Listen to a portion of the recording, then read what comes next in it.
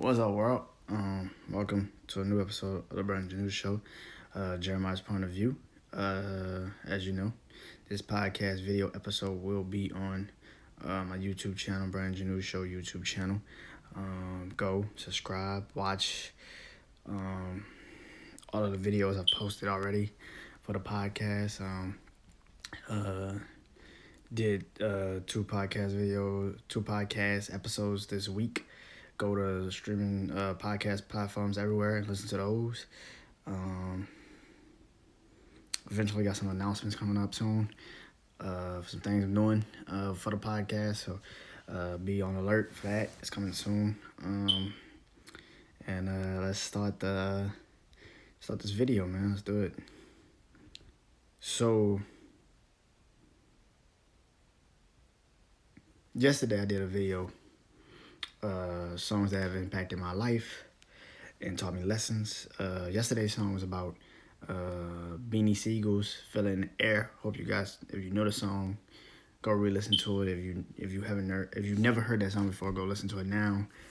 It's a great song. I got a clip up on my social media page about it. I got also the whole video on my YouTube channel. So today, I said I was gonna do another video this week, 2 videos this week. This is the next video. There's another song that have impacted my life.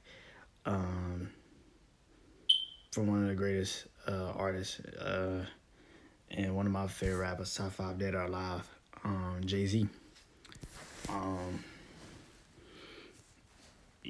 grew up on Jay-Z.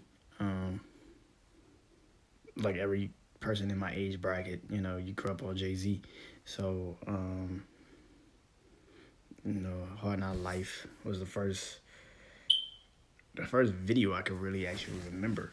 Like, fully, I'm not talking about like I'm talking about like fully remember. Like Hard Knock Life, him walking in the projects, tapping the kid on the head. She started singing. She's walking down the street. And, yeah, man. So Hard Knock Life, like, that was like the first video I ever remember. Then Can I Get a What? With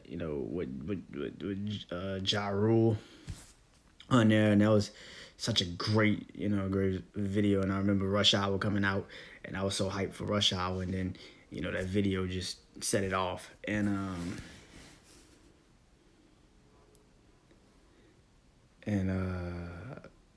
Yeah, man, Jay was just always one of my favorite rappers. The Blueprint album, still to this day, is one of my favorite albums Jay's put out, and I love a lot of Jay music, so that tells you a lot. I listen to that album probably more now than I've ever listened to it before in my life. I go back and listen to the songs and the impact that he had on that project. He got a lot of my favorite songs on that project. Song Cry, Girls, Take Over, H to the Izzo, V to the Izzy. For season, my Nizzo used to dribble down in VA. So many fucking little songs. I think I said it yesterday. Ain't No Love in the Heart of the City. And Renegade with him and Eminem. Renegade. Oh man, that shit goes so hard. So he got so many fucking hits. You Don't Know. Man, such a great fucking project. So Blueprint was always one of that. Then Black Album was another one, just classic. As soon as you heard it, you knew it was different.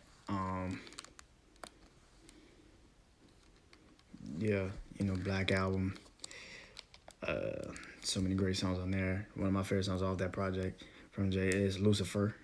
I know it sounds crazy, but him and Kanye just had some type of like energy. I don't know what the fuck it was. Them dudes, every time they got together, even now, like when you hear them, whenever they got together, like get together, you can hear it now. It's like, wow. So look, it's countless Jay-Z music, man. I could go on and on about why he's one of my favorite rappers and one of my favorite artists. Even Kingdom Come now. I listen to Kingdom Come, and I get gems off of that. And it was like when I first heard it, kind of like Jay, I wish you would never came back with this. But now that I'm older, I can understand why he did it. American Gangster.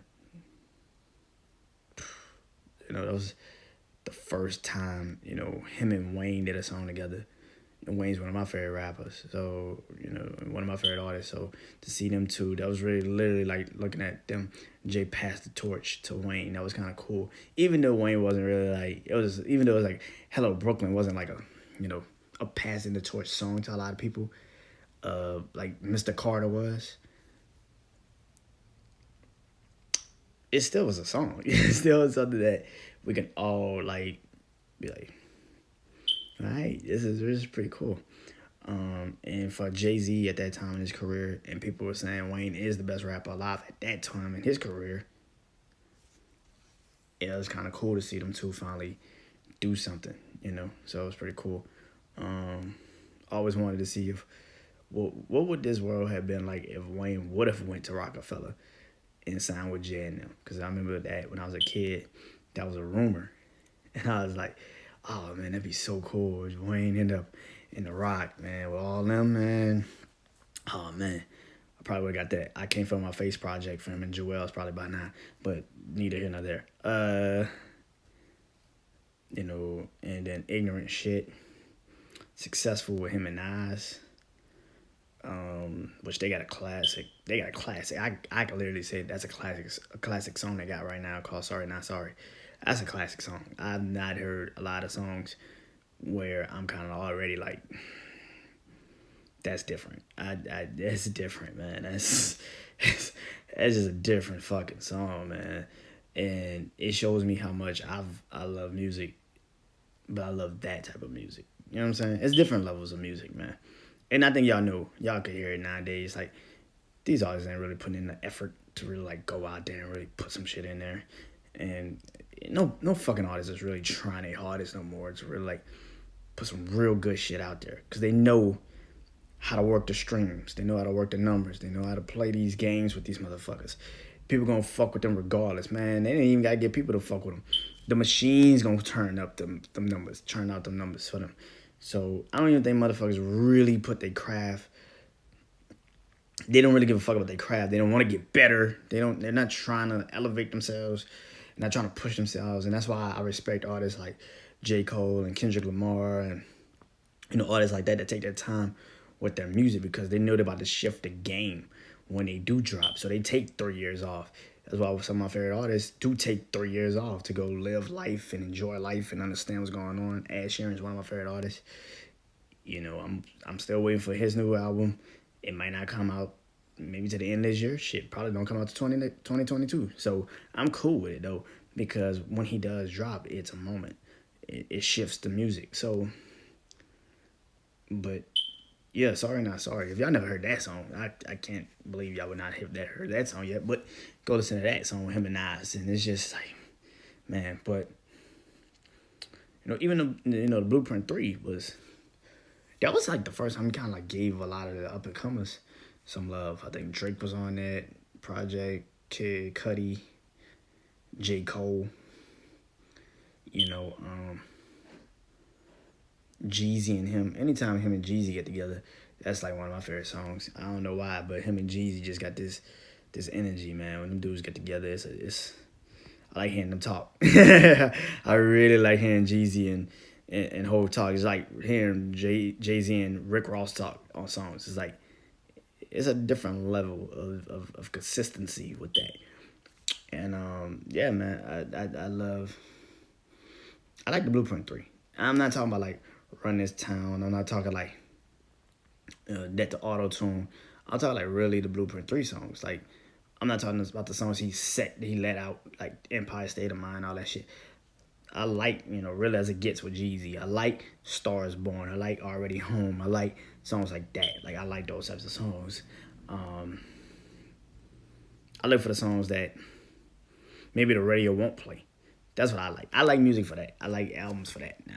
I'm not listening to the album for the radio records because I like tonight, J. Cole is dropping. if he's got 2 songs I already know is on the project, I'm probably gonna skip those 2 songs so I can listen to the whole project without those 2 songs. So I could, cause I already know how those 2 songs sound. I need to hear the whole project, and the whole project is this. You know, I already know those 2 songs. So when I go right back and listen to the album, I can pretty much play all the album, and I know those 2 songs already, but I need to learn the album. And that's kind of how I feel about Jay, yeah, actually. And he did Watch the Throne, I think, after that. And they did Holy Grail, which he got some hits on that too. Fuck With Me, You Know I Got It, with him and Ross. Like I said, I love hearing him and Ross talk boss talk. That shit is awesome. Yeah, even 444 has got some bangers on there. I'm like, it's pretty decent. So all that to say this, all those songs, all that to say this, the song that has impacted my life actually comes from his first album, Reasonable Doubt. I had to be maybe 17, maybe. I don't age myself that much, but I don't go back that far. But I think I heard it way before then. But I'm gonna say 17. I think I'm still in school, and I was on Pandora. Y'all remember Pandora? I was on Pandora, and I think I had created the Jay-Z radio. You know, y'all used to have Jay-Z radio, and, you know, Drake radio and all that shit. And I was on Jay-Z radio, and this song just popped up on me. Can I Live? I love that song from the moment I heard it. And even though it was on his first album, and even though I was 2 years old when he dropped his first album, it still holds value to this day. And it comes about me personally, because that's a very interesting concept. Can I live? You know, he goes on and he's talking about all these things like, can I live? Like, you know, one part of the song, you know, he's like, I'd rather die enormous than live dormant behind the... He was like, I'd rather die enormous than live dormant behind the... You know, fuck what he said.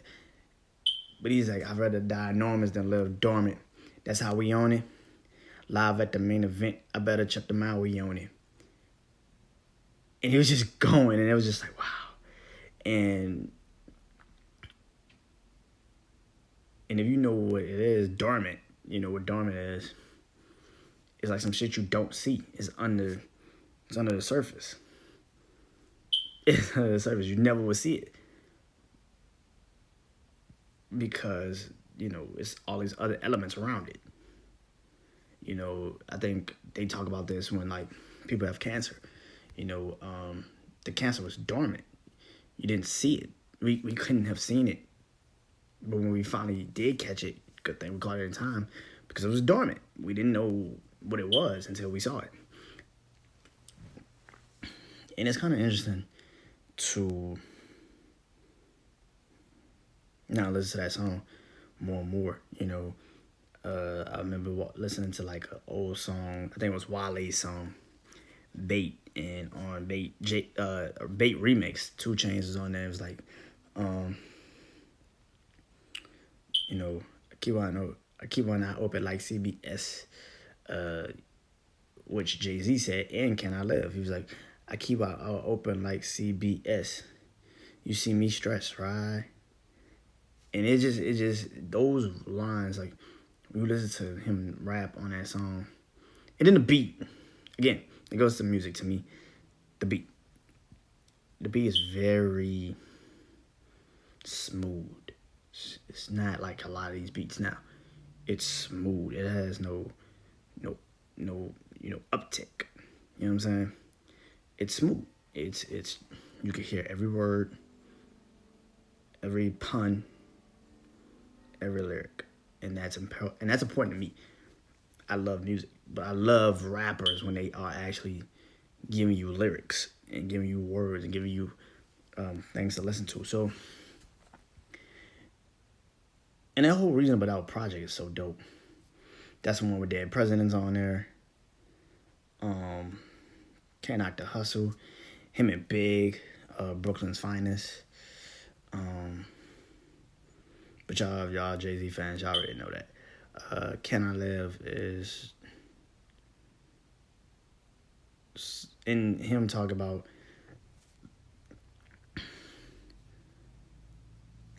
him chilling with his people. And again, it goes back to me feeling like I love songs when before people really become it. And it felt like on Can I Live, even though that project everybody was kind of waiting for it, felt like Can I Live, he was kind of like letting you into his mind and letting you into what he was about to become. And I think that's a very important thing going forward. And he was, like I said, he's about to let you win. Rockefeller at that time wasn't there yet, but yeah, man. Can I Live is such a iconic song for me personally. I love it. I guess I was older when I got it, but now that I've had it for so long, it's still one of those songs. And I actually would not say I was 17 when I first heard that song. I probably was way younger than that. Probably 15. I'll say 15. But Can I Live is such a great song. And I might have fucked up the words earlier, but when I listen to it, it's going to be like, right, these. And, but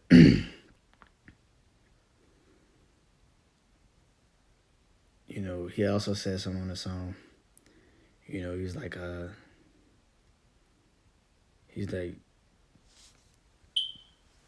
he was like, my game is mental. He was like, his game is mental. What he meant, like him saying, y'all want to do all this. When he was talking about like his game is mental, we both out of town, dog. Now what you trying to get into? Viva Las Vegas, see ya at the crab tables. Meet me by the one that starts a G up, and we can have a present time sipping margaritas. It's like, but for him, to hear him was rapping about like how it's a mental thing. Fuck what you think. It's a mental. If you ain't, and that goes back to what my videos have always been about. Mental. If you don't have the mental, you're not going to succeed at anything, because your mental is the first thing that, if this is not there and this is not the strongest part of the whole strategy you have in your life, your mental, the shit's going to fall apart in 2 minutes. Because as soon as something takes you out your mental state and your mental mind, why the fuck so many people you think you hearing motherfuckers scream every day? Protect your mental. Protect your, mental health. Because we used to so fucking focus on our physical, but it starts with our mind. Our mind makes us feel certain ways. We hear this shit, and instead of our minds putting it to the background, like, whatever, fuck it, that's just hearsay. We start to listen to that shit, and we're like, oh shit, well, am I really like that? Now your mind's working overtime. Now your mind. So when he says my game is mental, it means a lot, because it's like, he knew mentally I was way better than most of you motherfuckers. All I gotta do is now apply what I've been doing in the streets to now. And that's a crazy mindset to have on your first project. You know what I'm saying? Like, so him to say that and to say it like he said it, it's one of those moments. So, like I said, man, Jay is one of my favorite musicians, favorite rappers. I don't really have idols and like role models and shit like that. I don't really like. I fuck with a lot of musicians and artists and shit. I love a lot of those guys. If your music really means a lot to me, like I said, I'm ready for the J. Cole project tonight. Which, by the way, J. Cole was signed by Jay-Z. He was the first signing of Roc Nation. J. Cole was the first person Jay-Z ever signed to the Roc Nation label. So that tells you right then and there that he knew what he was destined for. But I don't have a lot of idols. I don't worship celebrities or I don't role model. I don't look at them and be like, those are my role models. No, I respect them. Like, I respect Jay-Z's business acumen, what he does in businesses. incredible. And I don't understand why people try to find reasons to hate on him for his business mind. Whatever. The dude is a boss. You get hated all you want. But I respect that. There's too many people that don't. I get it. I totally get it. But I don't like that my people tear down somebody like Jay-Z because for some innate reason you don't like Jay-Z no more. Why? Well, he a sellout. Why? Oh, he did. For somebody like a Jay to be where he's at, we all saw his humble beginnings, you know what I'm saying? To get to where he's at now, he's a billionaire, bro. Y'all need to stop that shit.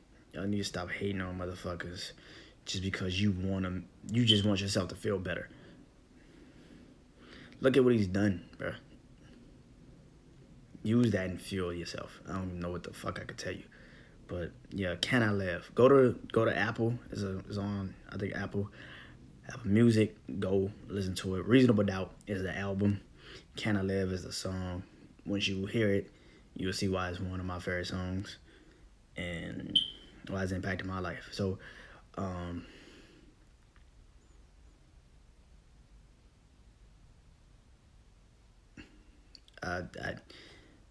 can't say no more, man. I can't actually.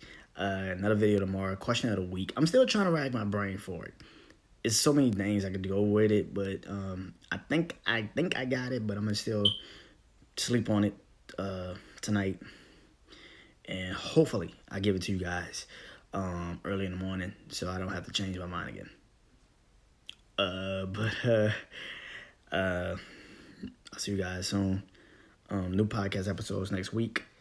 New videos next week. Song that impacted my life. I think I know what I'm gonna do next week. But I'm gonna pay attention to it a little bit more and listen to it a little bit more before I jump into it. But yeah.